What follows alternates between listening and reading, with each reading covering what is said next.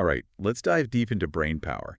You sent over some really cool research on intelligence. Yeah, tons of it. And we're going to break it all down. Uh-huh. From scientific studies to Right. expert insights to practical techniques Yeah. to kind of boost our cognitive gears.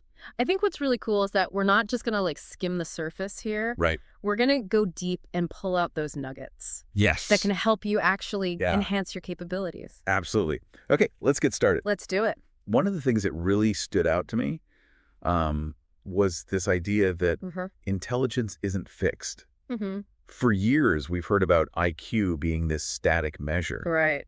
But the research you provided suggests that's not the case at all. It's true.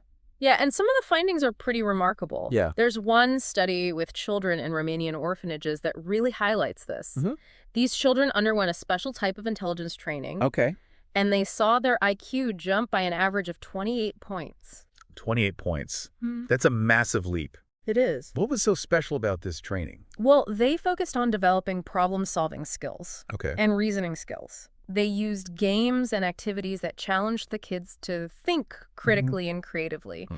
And what's even more fascinating is that the control group, who didn't receive this training, their IQ scores actually declined. So it's not just about reaching a certain level of intelligence. Right. It's about maintaining and improving it Absolutely. over time. Right.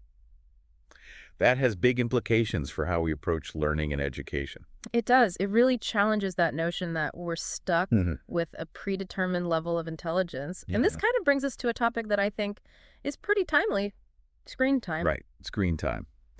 It seems like everyone's talking about the potential downsides these days. Yeah. What does the research you've provided say about screen time? So there is growing concern about the impact of excessive screen time, particularly on developing brains. Studies show a potential link between screen time and declining IQ scores in younger generations. So the theory is that the constant stimulation from screens can lead to chronic sensory overload, and this can impair cognitive development and even increase the risk of attention disorders and emotional problems. So it's not just about losing a few IQ points. Yeah. It's about potential long-term consequences for our kids. It is. Yeah. Yeah. It's pretty serious. It seems like finding a healthy balance with technology is super crucial, especially for children. It is. But let's shift gears a bit and talk about some proactive steps to boost brain power. Okay. One thing that really resonated with me in the research was the emphasis on knowledge acquisition. Yes, knowledge is power, but it's not just about stuffing our brains with facts. Yeah. It's about knowing how to use that knowledge effectively. Okay. Think of it this way. Imagine you have a toolbox full of high-quality tools. Okay, I'm picturing it. You've got the best hammer, screwdriver, saw in the world.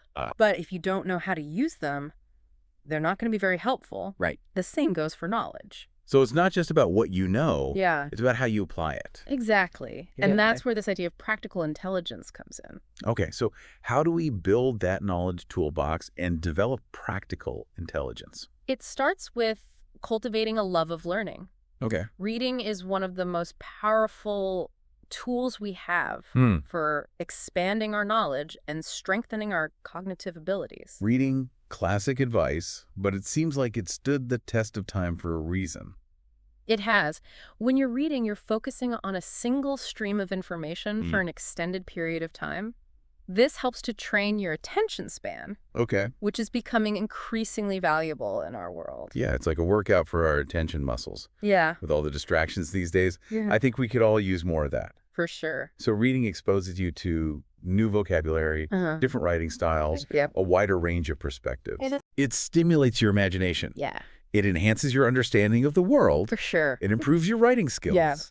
Wow. Reading is a cognitive powerhouse. It is. But with so many books out there, where do we begin? I think the best place to start is with something you enjoy. Okay. Don't force yourself to read something dense or challenging. Yeah. If you're not a regular reader, pick a genre you love. Okay. And just start reading. The key is to make it a habit.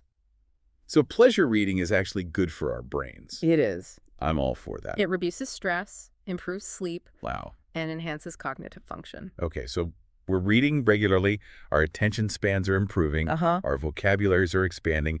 What's next in building this knowledge toolbox? Right. Retention. Retention. You need to actually absorb and retain the information. Okay. And that's where active reading techniques come in. Active reading? I've heard that term, but I'm not totally sure what it means. Right. So it's about engaging with the text instead of passively consuming it. So highlight key passages. Take notes. Summarize sections in your own words. Ask yourself questions. Try to connect the information to what you already know. So it's almost like having a conversation with the author. Yeah. You're challenging their ideas, making connections, It is really digging into the meaning. It forces you to think critically about the information and make it your own. Okay. That deeper level of engagement helps solidify the knowledge, making it more likely that you'll remember it. So we've read the book highlighted, taken notes. Yep. Had our imaginary debate with the author. Right. How do we actually put that knowledge to use? That's where deliberate practice comes in. Okay. We talked about deliberate practice earlier. Right. In the context of those Romanian orphans. Yeah. Could you remind us what deliberate practice looks like? Of course. Deliberate practice is about focusing on specific areas where you want to improve. Yeah. And then practicing those skills with intention. It's not about mindlessly repeating something you've already mastered. Right. It's about pushing yourself beyond your comfort zone, identifying your weaknesses, and working on those areas. So, for example, if I'm trying to learn a new language, instead of just trying to have a conversation, I would break down the language into smaller components, like grammar rules, vocabulary, pronunciation, and practice each element with focused attention, correcting mistakes along the way. Exactly. And you would gradually increase the complexity as you improve. So it's not just about putting in the hours. Right. It's about making those hours count. It is. And another key aspect is feedback. Okay. Seek out opportunities to test your knowledge. Yeah. Get feedback, and then refine your skills based on that feedback. So it's a continuous cycle of learning. It is. Practicing and improving. Yes. This idea of deliberate practice is really resonating with me. Yeah. It's about being proactive and taking ownership of our learning. But let's talk about creativity. Can we train our brains to be more creative? Absolutely. So we're not all born with a fixed amount of creativity. There's hope for those of us who don't consider ourselves naturally creative. There is. Okay, that's good to know. One of the best ways to boost creativity is to simply expose yourself to new ideas and experiences. I like the sound of that. So travel to new places, try different cuisines, explore new art forms, have conversations with people who have different viewpoints. Exactly. All of these things can help to make our brains more creative. They do. It's about breaking out of habitual patterns of thought and expanding your horizons. But what about when we need to be creative on demand? Are there any techniques we can use to spark creativity? There are a few strategies that can be helpful. Okay. One is brainstorming. Okay. This involves generating as many ideas as possible without judgment or censorship. So it's about silencing that inner critic. Exactly. And letting the ideas flow. Just let those ideas flow freely. Okay. I've also heard of a technique called mind mapping. Yeah. Can you explain what that is? So mind mapping is a visual way to organize your thoughts. You start with a central theme in the middle of a page and then branch out with related concepts and ideals. So it's like creating a web of connections. It is. Okay.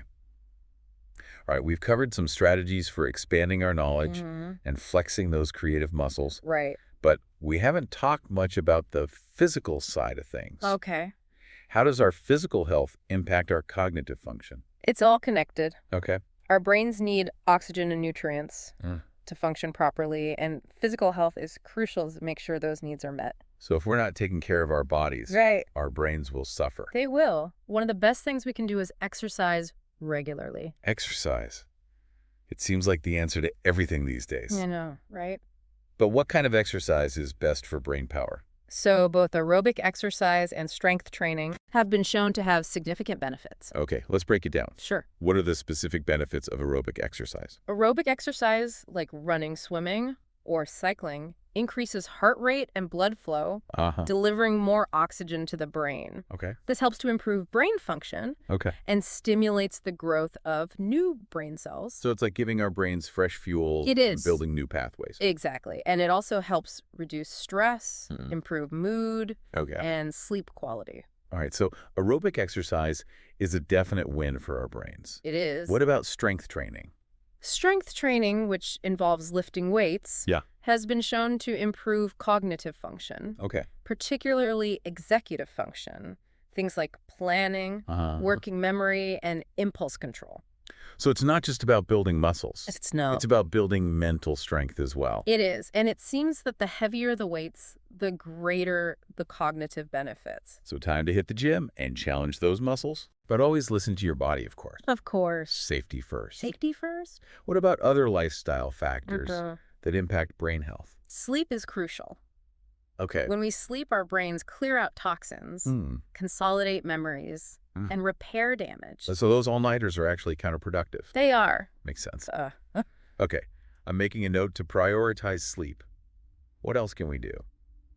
Nutrition plays a key role. Okay. A diet rich in fruits, vegetables, whole grains, and lean protein provides the essential nutrients our brains need. So basically, the same foods that are good for our bodies are good for our brains. Yeah, pretty much. Okay. And stay hydrated. Yes. What about supplements? Yes. There are a few that have shown promise in research. Okay. But talk to your doctor before taking any Good advice. What are some that have shown potential benefits? Omega-3 fatty acids. They're found in fatty fish like salmon, and they're essential for brain health. Okay. I've heard they're good for heart health, too. They are. They have a range of benefits. Cool. What other brain-boosting supplements are there? Creatine, a compound naturally found in muscle tissue. Okay. It's been shown to improve cognitive function. Creatine. Isn't that what bodybuilders use? It is. It's popular among athletes. Yeah. But it also seems to have benefits for the brain. Interesting. So it's not just about physical performance. Right. It's about cognitive enhancement as well. Exactly. And there's L-theanine. Okay. L-theanine. Tell me more. It's an amino acid found in green tea. Okay. It has calming effects, and it's been shown to improve attention. So like a natural chill pill? Kind of. And it seems to work well with caffeine. Oh, really? Enhancing the cognitive benefits while reducing the jitters. So a cup of green tea with my morning coffee could be a winning combination. It could be. It's worth exploring. I'm definitely going to try that. Yeah.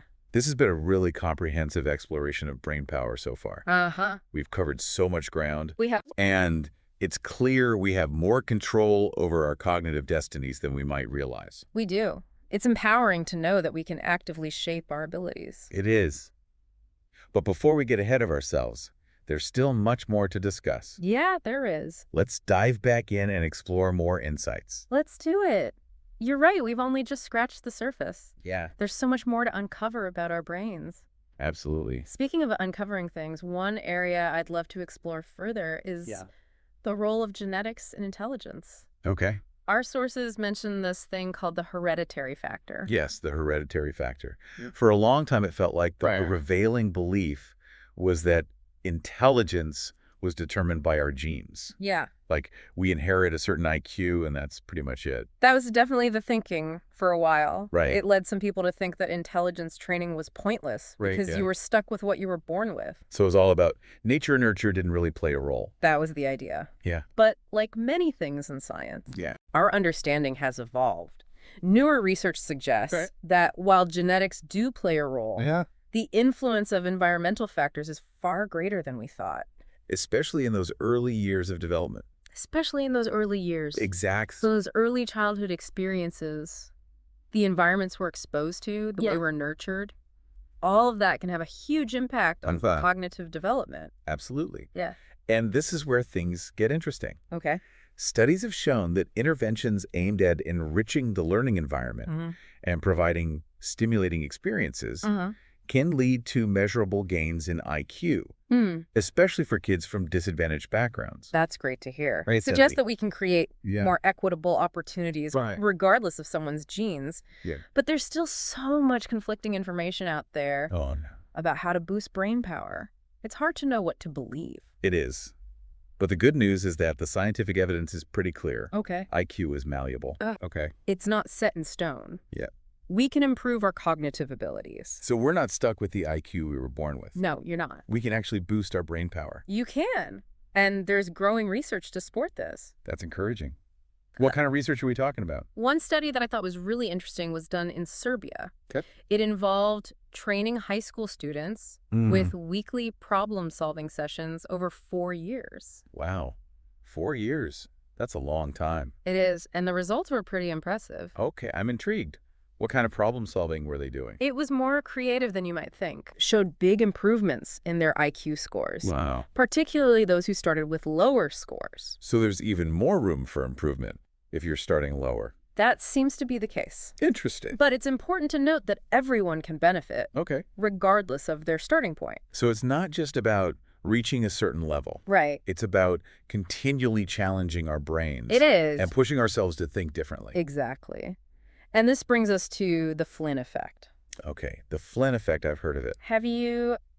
It's a phenomenon observed for several decades. Okay. Where the average IQ was increasing from generation to generation. So people were getting smarter over time. They were. Wow. That's fascinating. What was causing that? Researchers think it was a bunch of factors, things like improved nutrition, increased access to education, and more stimulating environments. So a better overall quality of life led to higher IQs? That's the idea. But there's a twist. Okay, I was going to say there's got to be a twist. What is it? While the Flynn effect was observed for decades, there's evidence that it's reversing now. Oh, wow, really? In recent years, studies show IQ scores are declining. In some developed nations? In some developed nations, yes. That's concerning. What's causing this decline? Researchers believe it's multifactorial. Okay. But a major culprit seems to be excessive screen time. So we've come full circle. Technology has brought us advancements, right, but also some challenges for our cognitive health. It's a complex issue. Yeah. We have access to more information than ever before. Right. But this constant information can overwhelm us. Yeah. And make it hard to focus, think deeply, and learn. It's a double-edged sword for sure. So what can we do? It's about balance. We need to be mindful of our screen time habits. That's just for children. Especially for children, we need to encourage activities that promote cognitive engagement. Things like reading, problem-solving games, and creative pursuits. It's about fostering a healthy relationship with technology, where it serves us, not controls us. Exactly. We want to be in control. Absolutely. Yeah. Speaking of nourishing our minds, okay, let's go back to some practical strategies for boosting brain power. Yeah, let's do it. We talked about reading, but I'm curious to explore other techniques. Sure. What else can enhance our abilities? One fundamental way to boost intelligence is to simply acquire more knowledge. Oh. It's about becoming a lifelong learner. Right. Constantly expanding our understanding of the world. So how do we do that? How do we become lifelong learners? Reading is a great way to do that. Reading again. Can you talk more about why reading is so valuable? Sure. It's a meta skill because it trains several cognitive muscles. Okay. First, it strengthens your attention span. Right? We talked about that. Like we said, our attention is constantly bombarded. Reading requires focus on a single stream of information. It's like training your attention to stay focused. Exactly. Even with distractions. And beyond attention reading expands your vocabulary. It improves writing, deepens your understanding, and stimulates imagination. Reading really does it all. It does. But where do we start with so many books out there? The key is to find something you enjoy. Okay. Don't force yourself to read something you don't like. Yeah. Start with a genre you love and build the habit of reading regularly. So pleasure reading is good for our brains. It is. It reduces stress, improves sleep, and enhances function. Okay, so we're reading, our attention is improving, our vocabularies are growing. What's the next step? We need to engage with the material and retain the information. Okay, that's where those active reading techniques come in. That's right. Things like highlighting, note-taking, summarizing, asking questions. Could you remind us why these techniques are so effective? When we engage actively, we're not just consuming information. We're forcing our brains to process it more deeply. Okay. We're creating connections, making inferences, and forming mental models.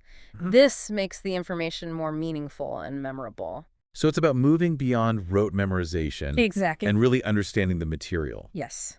And this allows us to apply that knowledge better. Okay, so we've read the book, highlighted, taken notes, had our debate with the author. Now what? Now we practice. Practice, okay. Remember, knowledge is a tool. Yeah. And we need to practice using it. So it's not just about accumulating knowledge. No, it's not. It's about applying it effectively. Exactly. And deliberate practice is key. Right, that focused, intentional practice. Right. Can you give us some examples of what that looks like? Sure. Let's say you're learning a musical instrument. Okay. Deliberate practice would be breaking down a piece, And practicing slowly and carefully, paying attention to your technique. Hmm.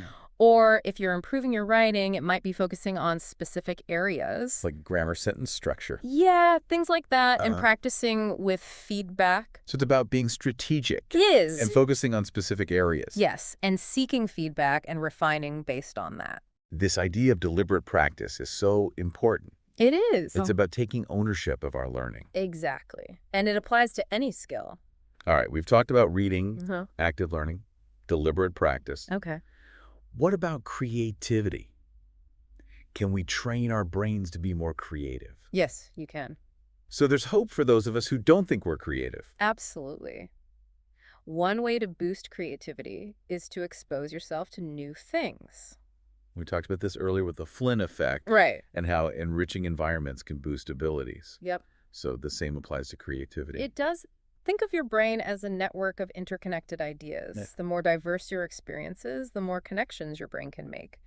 So travel, try new things, have conversations with different people. Yeah. All of these things can make you more creative. I love that. The more diverse the network, the more creative the output. Exactly. But what about when we need to be creative on demand? Okay. What can we do to spark creativity? One strategy is brainstorming. This is generating as many ideas as possible without judgment. So no inner critic. No inner critic. Just let the ideas flow. Okay. What about mind mapping? Mind mapping is a visual way to organize thoughts. You start with a theme in the middle and branch out with related ideas. So you're creating a visual representation of the connections between ideas. Exactly. It helps you see relationships and generate new insights. All right, so we've talked about expanding knowledge, Right. honing skills, flexing creative muscles. But how does physical health impact our brain? Everything is connected. Our brains need oxygen and nutrients. Yeah. Physical health is key to make sure we get those. So if we don't take care of our bodies, Right. our brains suffer. Exercise is one of the best things we can do. Exercise again? It seems like the answer to everything. It's pretty amazing. What kind is best for brain power?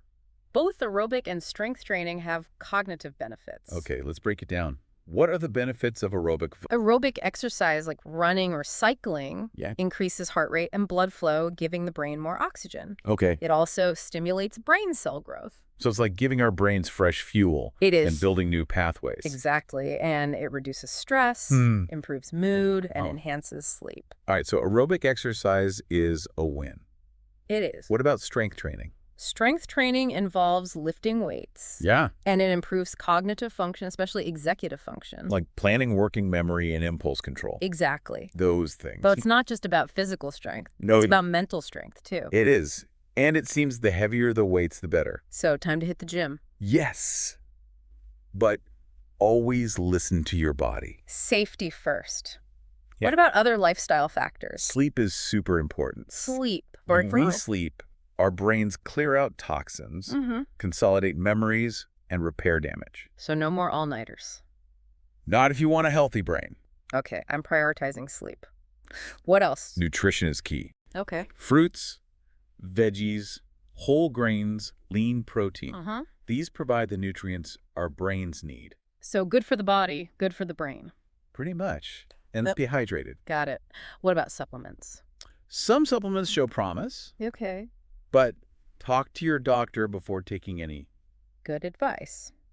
What are some that have potential benefits? Omega-3 fatty acids found in fatty fish are essential for brain health. I've heard those are good for your heart, too. They are. They have lots of benefits. Oh, okay, cool. What else? Creatine, a compound found in muscle tissue. Yeah. It can improve cognitive function. Creatine? Isn't that for bodybuilders? It's popular with athletes. Right. But it seems to have benefits for the brain, too. Interesting. So it's not just physical. Yep. It's cognitive, too. Exactly. And there's L-theanine. L-theanine? Tell me more. It's an amino acid in green tea. Okay. It has calming effects and improves attention. So it's like a chill pill? Kind of. And it works well with caffeine. Oh, really? It enhances the benefits and reduces the jitters. So green tea with my coffee is a good combo. It might be. It's worth trying. I'm going to try that. This has been an amazing exploration of brain power. It has. We've covered so much. Yeah. And it's clear that we can shape our cognitive abilities. We can. It's empowering to know that. It is. But we're not done yet. We have a few more areas to cover. We do. Let's keep going. We've covered a lot of ground already. But There are a few key areas we need to explore before we wrap up this deep dive into brain power. Let's start with working memory. I hear that term a lot, but I'm still not totally clear on what it is or why it's so important. So working memory is essentially our ability to hold information in our minds and manipulate it. It's like our brain's RAM. Okay. It's essential for pretty much everything we do that requires us to think, process information, and make decisions. Things like reading comprehension, problem solving, following instructions, and even having a conversation all rely heavily on working memory. So if our working memory is weak, it's going to impact all sorts of cognitive tasks. Exactly. It's like trying to run a complex program on a computer with very little RAM. It's going to be slow, inefficient, and prone to errors. Our working memory capacity is limited, which is why it's so important to optimize its function. Okay, so how do we upgrade our brain's RAM, so to speak? Yeah. Are there exercises or techniques that can boost our working memory capacity? There are a few things we can do. One is to engage in activities that specifically challenge working memory. There are lots of brain training apps and online games designed to do just that. They often involve remembering sequences, solving puzzles, or performing tasks that require you to hold multiple pieces of information in your mind. I've tried a few of those brain training apps, and they can be tough, Yeah, they can be. but it's a fun way to give your brain a workout. They can be fun, and they can be surprisingly effective at improving working memory capacity. Another important factor is dopamine. Dopamine. Okay. You've probably heard of dopamine.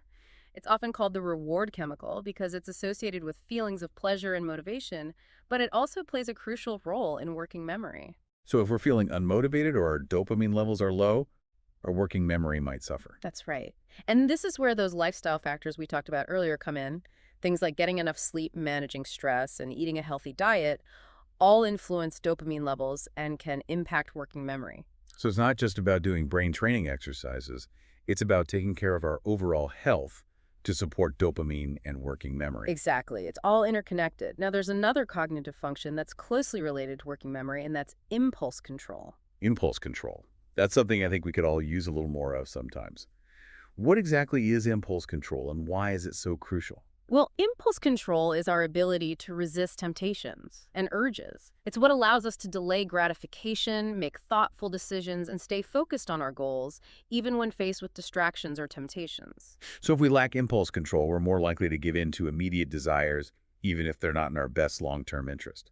Exactly. It's like having a car with a powerful engine but faulty brakes. You might have the potential to go far, but you're likely to crash along the way. That's a great analogy. So how do we develop stronger impulse control? Is it something we're born with, or can we learn to be more disciplined? It's definitely something that can be developed and strengthened over time. One helpful strategy is mindfulness. Have you ever tried practicing mindfulness? I've tried mindfulness meditation. I find it can be calming, but I'm not sure how it relates to impulse control. Mindfulness is about being present and aware of your thoughts, feelings, and sensations without judgment. When you practice mindfulness, you become more aware of your urges and impulses before they take over. It creates a space between stimulus and response, giving you a chance to choose a more conscious action. So instead of just reacting, we can pause, observe our impulses, and make a conscious choice. Exactly. And that pause, even if it's just for a few seconds, can be incredibly powerful. It lets you break free from those habitual patterns of behavior and make choices that align with your values and goals. That makes sense. What other techniques can we use? Another effective strategy is to create systems and structures that support your goals. Instead of relying only on willpower, you can set up your environment to make it easier to make good choices. So for example, if you're trying to eat healthier, you might remove junk food from your house and stock your fridge with healthy snacks. Exactly. It's about making those healthy choices the default option so you don't have to constantly resist. Another technique is implementation intentions. These are basically if-then plans. So for example, if I'm trying to reduce my social media use, I could set an intention that says, if I feel the urge to check social media, I will take 3 deep breaths and go for a walk. Exactly. You're pre-committing to a specific action, making it more likely you'll follow through when you're tempted. I like that. It takes the decision-making out of the moment when you're most vulnerable. Right. And it can be really effective for building new habits. Now, shifting gears a bit, there's one more cognitive superpower we haven't talked about, and that's mental flexibility. Mental flexibility. We touched on this briefly earlier. Can you remind us what it is and why it's so important? Mental flexibility is our ability to adapt to changing circumstances, shift our perspectives, and come up with new ideas and solutions. In today's world, mental flexibility is essential for success. Because if we're rigid in our thinking, we're likely to get stuck, miss opportunities, and struggle to adapt. Exactly. Mental flexibility allows us to be more resilient, resourceful, and innovative. It's about being open to new ideas, willing to change course, and able to see things from different perspectives. So how do we cultivate greater mental flexibility? Is it something we can train, or is it just a personality trait? It's definitely something that can be developed. One of the best ways is through exposure to new ideas and experiences. We talked about this with creativity, but it applies here too. So travel, try new things, have conversations with people who have different viewpoints. Exactly. It's about breaking out of those thought patterns and expanding our horizons. The more diverse your experiences, the more adaptable your thinking. What about specific exercises to train our mental flexibility? Are there mental workouts for this? There are a few things you can try. One is to practice switching between tasks. This might sound counterintuitive, but deliberately switching between tasks can actually help to improve flexibility. So we're training our brains to be more agile. Exactly. Another exercise is reframing. This involves looking at a situation from different perspectives. Try to see things from multiple angles. This can help you generate new ideas and be more understanding of others. Reframing, that's a powerful tool. It is. It's a great way to challenge your assumptions and become more mentally flexible. Wow. This has been an amazing deep dive into brain power. We've explored the latest research, busted some myths, and uncovered strategies for enhancing cognitive function. It's been a great conversation, and it's empowering to know that intelligence is not fixed. It's something we can improve throughout our lives. It is, and it's a journey that's challenging and rewarding. We have more control over our cognitive destinies than we might realize. By embracing lifelong learning, adopting good habits, and actively engaging our minds, we can unlock our brain's full potential and live better lives. Couldn't agree more. It's an ongoing process of growth. And the more we learn about our brains, the better we can optimize our abilities and reach new heights. Thank you for sharing your insights today. This has been a fantastic conversation. It's been a pleasure. Remember, the journey of cognitive enhancement is a marathon, not a sprint. Keep learning, keep exploring, and keep pushing your brain to its limits. Great advice. Yeah. And to our listeners, thanks for joining us on this deep dive into brain power. We hope you've learned some things and are feeling inspired to unlock your own potential. Until next time, stay curious, keep learning, and keep those brains buzzing.